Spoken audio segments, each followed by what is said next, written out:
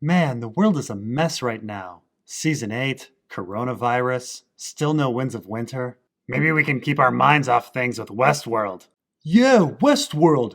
I sure could go for some Western adventures. Horse riding, saloons, lassos, lawmen, stagecoaches, cholera, hoedowns.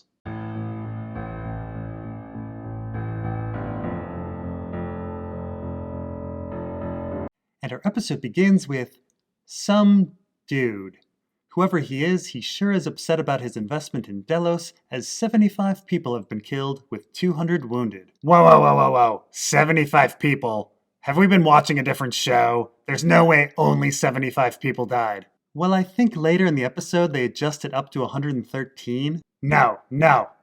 Look, there's Ford, Lee, Elsie, Emily, Emily's fling, James Delos, Carl Strand, Antoine. Hector and Armistice kill those two programmers and about a dozen security guards in their escape. We see Dolores mow down 3 people at the beginning of season 2. There's about 50 bodies left at the party. And then there's that guy that gets killed with the man in black and about 6 people who escape with Bernard and Charlotte. Dolores kills some more people at that underground facility. Maeve kills a few more, and there's all the dead bodies in the control room. And there's about 24 dead bodies at the bar, and at least 30 people get killed taking on the Confederados. And then there's about 4 or 5 scientists at that facility where James Delos was. At least 2 more guests die over with Emily, and the dozens of bodies littered around Sweetwater, some of which would be human. Then there's the slaughter by the Chinese railroad workers, and there's Coughlin and the Delta Team reinforcements. So no, there's no way I buy 113. Anyway, we find out that the guy is some rich asshole, which is convenient as Dolores is going to kill him, take all of his money, and force him to hand over some important data.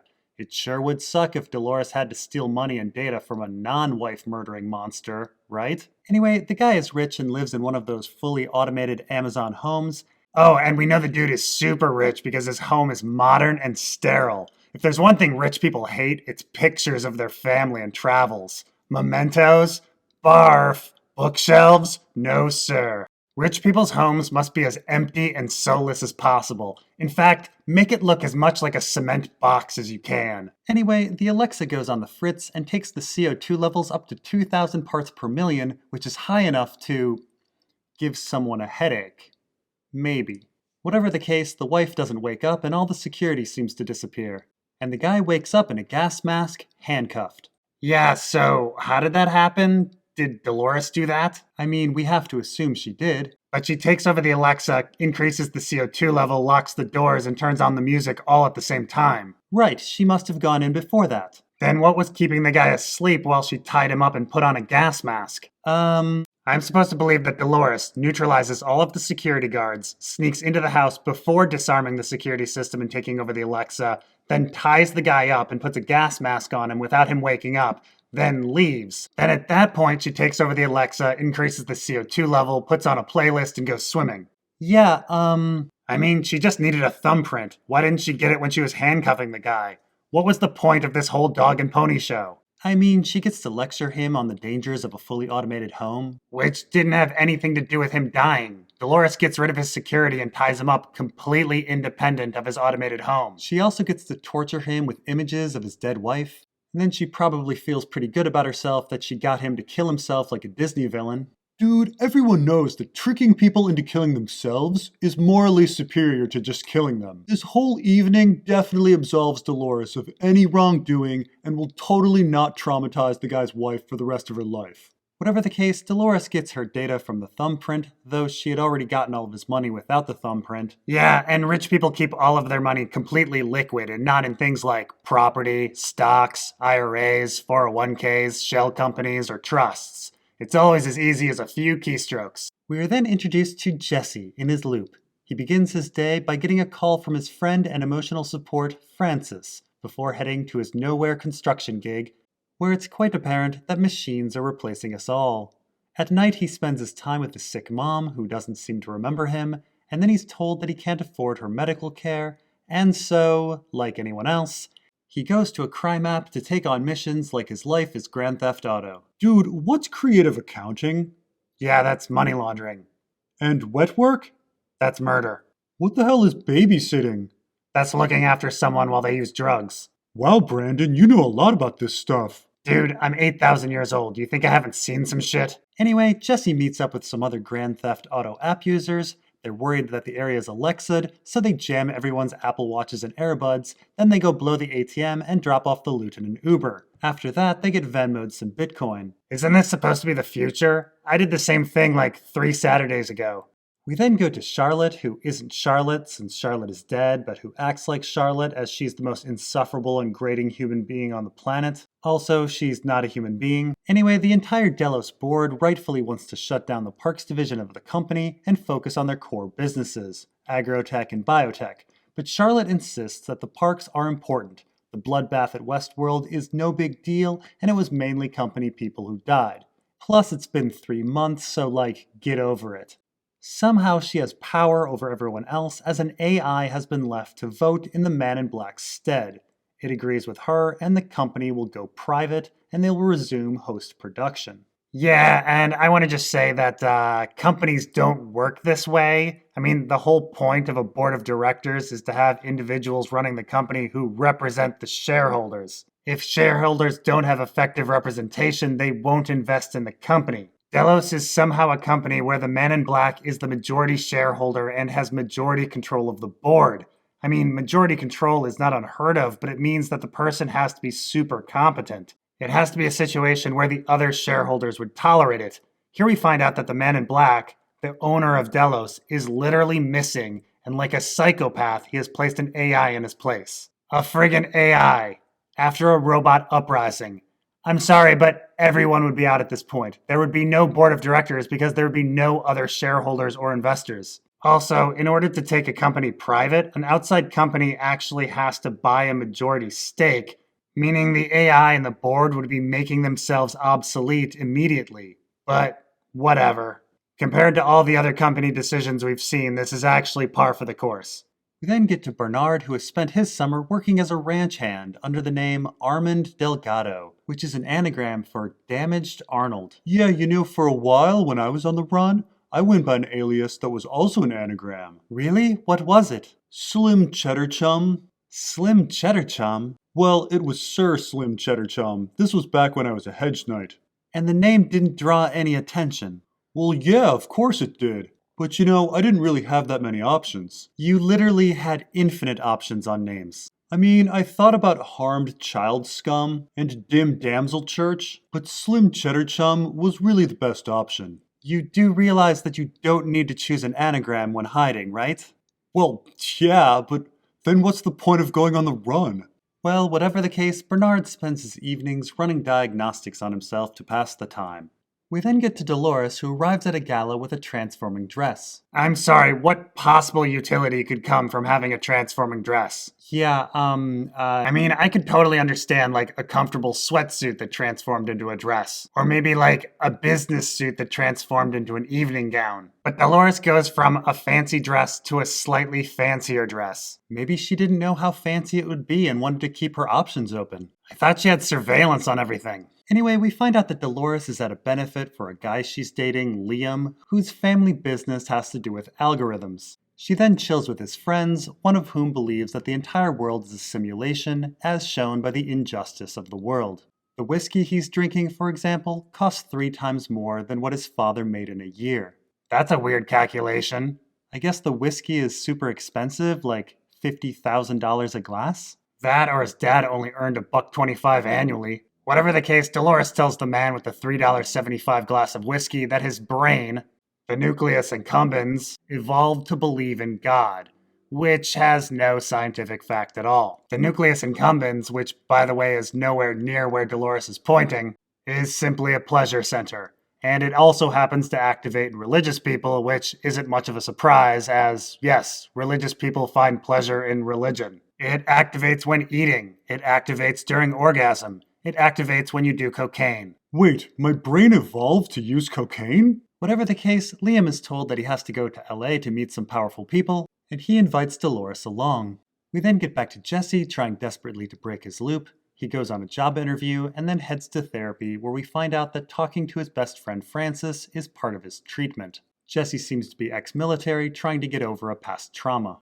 I imagine for every Jesse there's 10,000 Delos security guards that have to go through the same thing.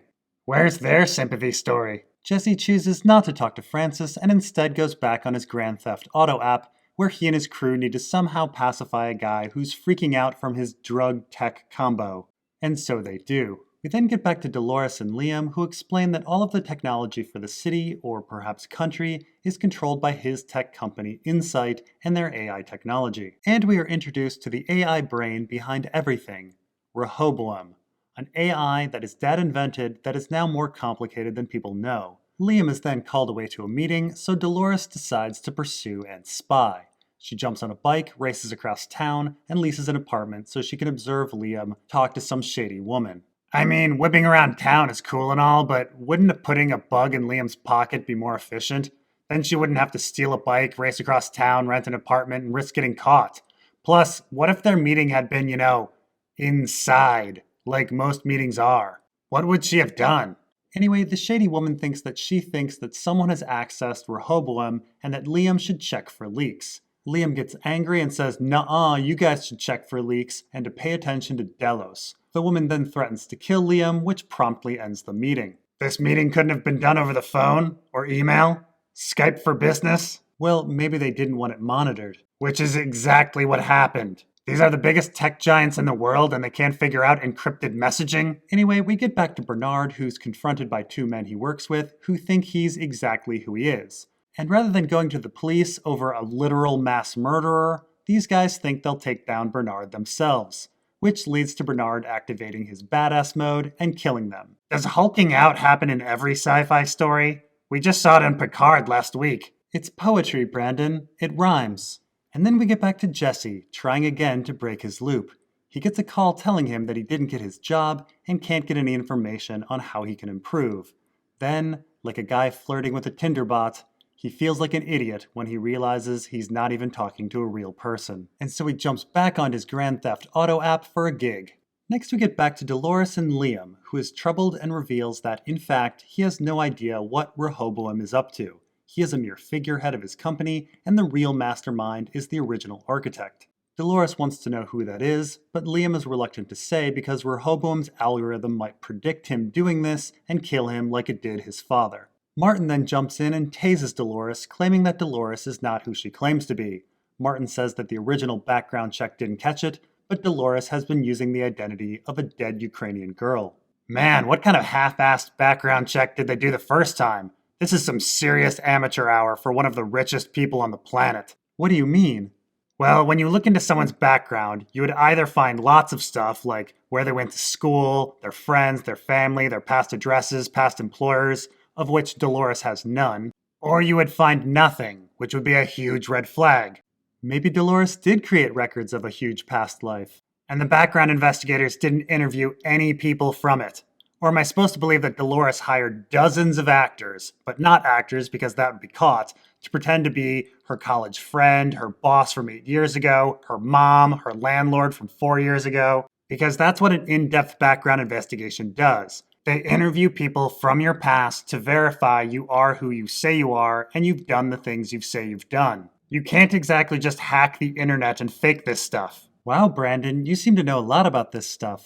I'm 8,000 years old. I've seen some shit. Well, anyway, Martin decides he needs to dump Dolores' body and check out what she was planning, and so he goes to meet a rendezvous scheduled on Dolores' phone. Because of his app, Jesse arrives and delivers some drugs to dose Dolores with, and then is ordered to take a walk up the river. And so he does just that. Martin and his crew then take Dolores and the drugs to the phone location, which can't be too far, as Jesse just walks up to the bridge and takes a brief phone call from Francis. While Jesse is on the phone, Martin gets sick of waiting for the person who's supposedly going to meet Dolores and decides it's time to kill her. They attempt to give her an overdose, and then the mysterious car arrives. Martin goes out to check out the car, and then Dolores activates her badass mode and kills everyone. Does hulking out happen in every sci-fi story? We just saw it in Westworld like 5 minutes ago. It's poetry, Brandon. It rhymes. Anyway, Jesse meanwhile realizes that he no longer needs Francis, as Francis is just a Russian bot, and that the real Francis is as dead as Arnold's son. Man, do I hate Bernard's son. I'm glad he's dead. Well, Bernard's son never existed. Do you mean Charlie Arnold's son? No, man, Arnold's son is totally cool. Why would I hate him? Anyway, we then jump back to Martin in a high-speed chase with Dolores. Wait, what? How are they in a high-speed chase? What are they doing? Where are they? I think Martin is trying to get back to the chopper, or something. From where? Wasn't the rendezvous point close by? Martin gets there in no time and then waits there long enough to be bored. How are they clear across the city now? They are literally racing down highways. How far was the meeting point? Really far, I guess? But Jesse just went to take a quick phone call. Maybe he really walked for like 2 hours off camera and Martin drove for some long distance off camera? I guess, but it seems like they're trying to pull a fast one on us when we were all paying attention to Jesse's emotional breakup with a bot. Anyway, Martin nearly makes it back to the chopper, but then is shot by Dolores, who then reveals that she met Martin when he was on vacation in Westworld. Him too? Jesus, that's the man in black, the guy at the beginning of the episode, and Martin. Has every key character in the story sexually assaulted Dolores? Doesn't that seem awfully convenient? Dude, if Westworld has taught me anything, it's that the only reason people get into the study of artificial intelligence is so they can violently fuck robots. Anyway, a host copy of Martin then arrives and shoots Martin. The chopper crew hears the gunshot and goes to investigate. There's a huge firefight where Dolores kills everyone, but Jesse doesn't hear a thing. The episode closes with Dolores falling into Jesse's arms. And after the credits, we find Maeve, back in commission in Nazi-occupied Italy. And I imagine this will be as integral to the plot as Shogun World. Ni hao, ni yao chunali. I'm looking for a friend. Tengbudong, ni hui shuo putong huama. I need to go to Uyghur World.